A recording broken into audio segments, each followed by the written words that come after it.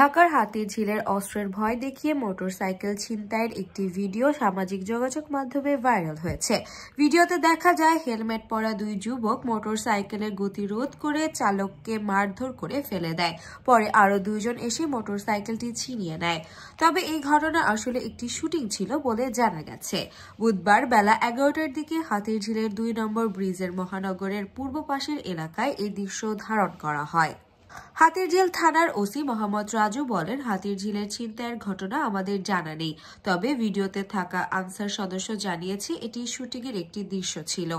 ভিডিওতে থাকা দায়িত্বরত আনসার সদস্য সুনীল অনলাইন সংবাদ মাধ্যম বাংলা ট্রিবিউনকে বলেন, প্রথমে আমি ঘটনাটি বুঝতে পারিনি, এরপর এগিয়ে গেলে জানা যায় এটি শুটিংয়ের একটি অংশ, যা কর্তৃপক্ষের অনুমতি নিয়েই করা হয়েছে।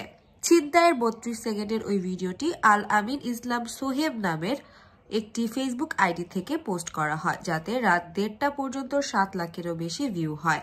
তবে পরে সাকিব রাজ নামের একটি প্রোফাইল থেকে শুটিংয়ের পূর্ণাঙ্গ ভিডিও প্রকাশ করা হয়।